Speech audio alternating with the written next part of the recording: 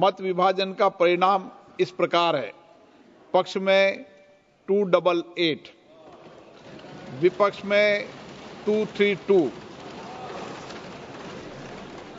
प्रस्ताव स्वीकृत हुआ और विधेयक यथा संशोधित पारित हुआ। The Waqf Amendment Bill passed in Lok Sabha on Wednesday night. 288 votes in favour of the bill and 232 votes against the bill. The contentious and politically controversial Waqf Amendment Bill, which proposes sweeping changes in regulation of Waqf properties and settlement of disputes, sailed through in Lok Sabha midnight Wednesday. This comes after a spirited and marathon 12-hour debate which saw the opposition accusing the BJP-led NDA government of interference in the religious practices of the Muslim community in contravention of the Constitution, and Home Minister Amit Shah asserting that bill had no provision for government interference. History को पढ़ेंगे तो महात्मा गांधी उस वक्त के white Africa में सफेद farm Africa के कानून को महात्मा गांधी ने कहा था कि ये मेरा कॉन्शियंस इसको मानता नहीं है, मैं इस कानून को कबूल नहीं करता हूं।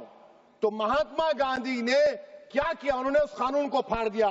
तो मैं गांधी की तरह इस कानून को फाड़ता हूं। ये अनकॉन्स्टिट्यूशनल है सर। इस देश में झगड़े पैदा करने का काम बीजेपी करना चाहती है मस्जिद और मंदिर के नाम पर, इसीलिए मैं इसका कंडेम करता हूं और मैं आपसे गुजारिश करता हूं कि मैंने अपने 10 अमेंडमेंट दी हैं, आप इसको कबूल करिए। सर मुझे बोलने अभी भी आपने देखा वैसी साहब को कि अभी उन्होंने इस बिल को फाड़ने का काम किया है। तो ये जो बात कह रहे कि ये बिल असंवैधानिक है, असंवैधानिक काम तो उन्होंने किया है जो बिल फाड़ने का काम किया है। सच्चाई को नहीं बयान कर रही है कि ये तरमीमी बिल से मुसलमानों का तहफ़्फ़ुज़, तरक्की और गुर्बत का खात्मा होगा। ये सरासर झूठ है सर। अगर आप आइन के आर्टिकल 14 को देखेंगे तो उसमें लिखा हुआ है इक्वल प्रोटेक्शन। अब आप देख लीजिए सर कि हिंदू, सिख और जैन को और बौद्ध को उनके एंडोमेंट में तहफ़्फ़ुज़ मिलेगा क्योंकि उनका एंडोमेंट बाय यूजर बरकरार है और उनका एडमिनिस्ट्रेशन उनके हाथ में होगा। कि गैर हिंदू या गैर उनके मजहब का आदमी दान भी दे सकता है उनके लिए, और एंडोमेंट बोर्ड का तहफ़्फ़ुज़ भी मिलेगा क्योंकि उसके ऊपर ओवरराइडिंग क्लॉज अप्लाई नहीं होगा, लिमिटेशन का कानून उस पर अप्लाई नहीं होगा। उसके बरक्स ऑपोजिट आप देख लीजिए, मुस्लिम वक्फ को वक्फ बाय यूजर निकाल दिया गया। एक मुस्लिम वक्फ की जायदाद पर कब्जा होगा, लिमिटेशन लगेगा तो जो एनक्रोचर है, जो खाबिज है, वो रातों रात मालिक बन जाएगा और एक गैर मुस्लिम वक्फ बोर्ड को एडमिनिस्टर करेगा। ये आर्टिकल 14 के इक्वल प्रोटेक्शन का वायलेशन। अब आर्टिकल 14 में सर इक्वालिटी बिफोर लॉ भी है और उसका कैसा वायलेशन हो रहा है कि कोई आर्बिट्ररी स्टेप नहीं ले सकता और कोई भी ऑफिशियल किसी भी तरीके से गलत आर्बिट्ररी फैसला नहीं लेगा। यहां पर आप एक डेजिग्नेटेड ऑफिसर को रखकर वो फैसला लेगा कि ये जायदाद वक्फ की है, गवर्नमेंट की है। क्या ये प्रिंसिपल्स ऑफ नेचुरल के खिलाफ नहीं है जिसका तकर्रुर एग्जीक्यूटिव करती है? ये हमारे theory of separation of powers Bharat के आइन का बेसिक स्ट्रक्चर का हिस्सा है। क्या इसका वायलेशन नहीं है?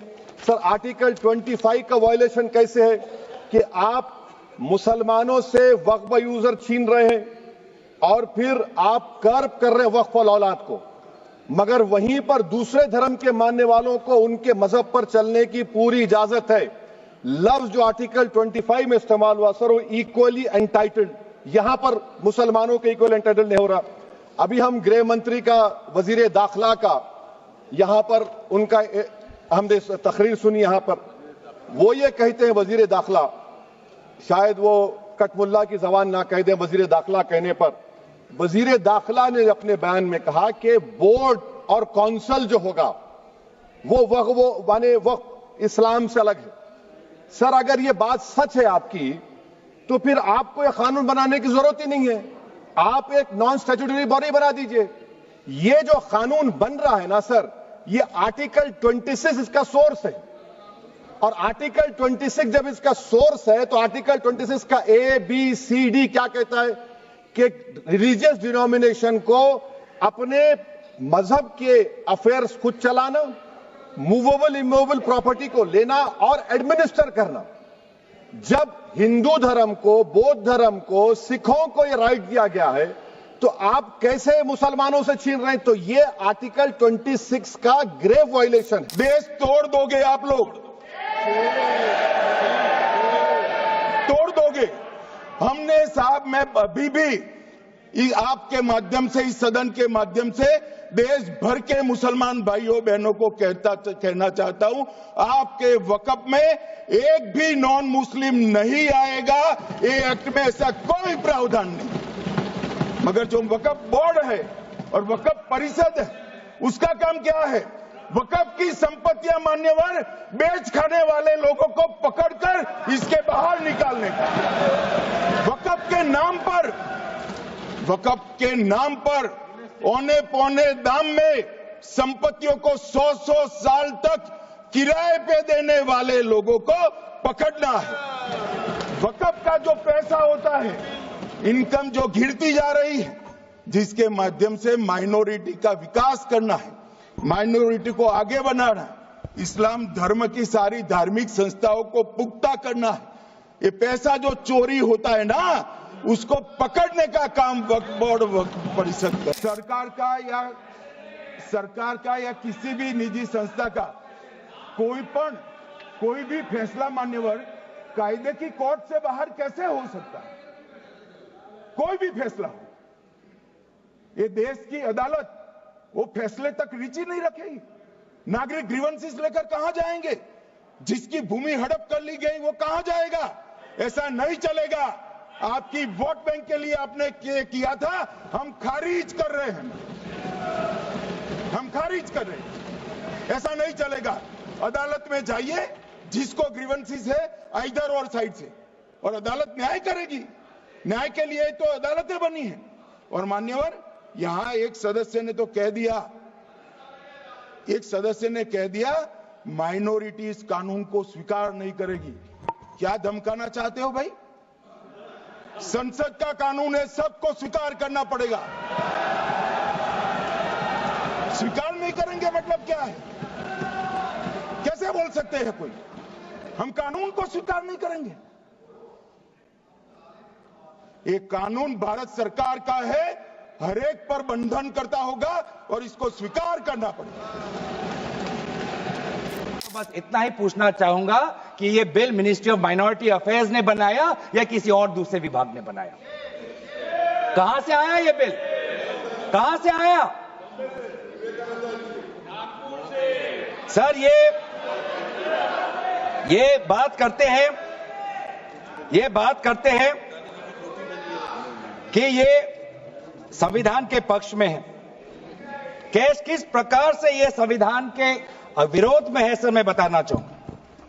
आर्टिकल, इसका जो क्लॉज 3RA है और 3R1 है। इसका 3RA क्या है सर? 3RA ये कहता है, any person showing or demonstrating that he is practising इस्लाम।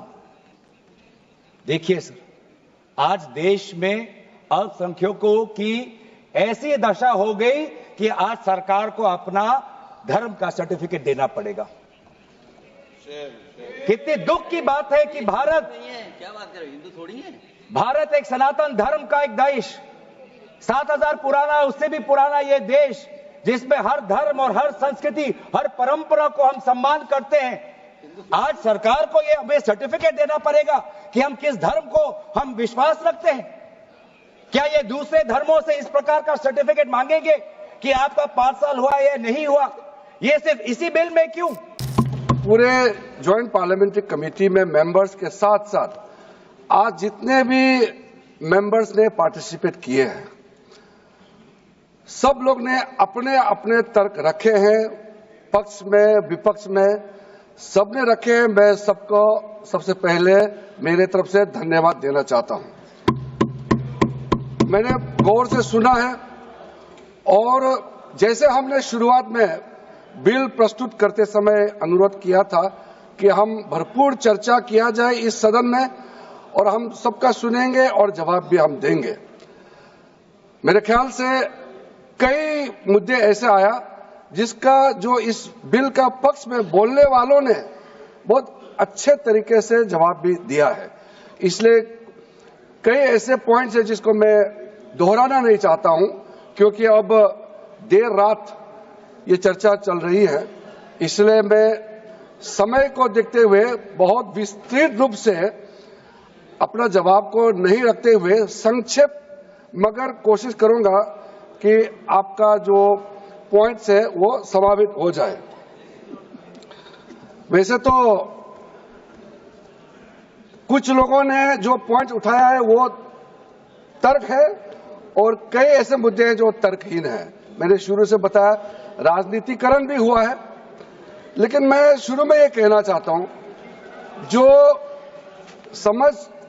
समझते हुए नहीं समझने का अगर प्रयास करता है उसको मैं नहीं समझा सकता हूं।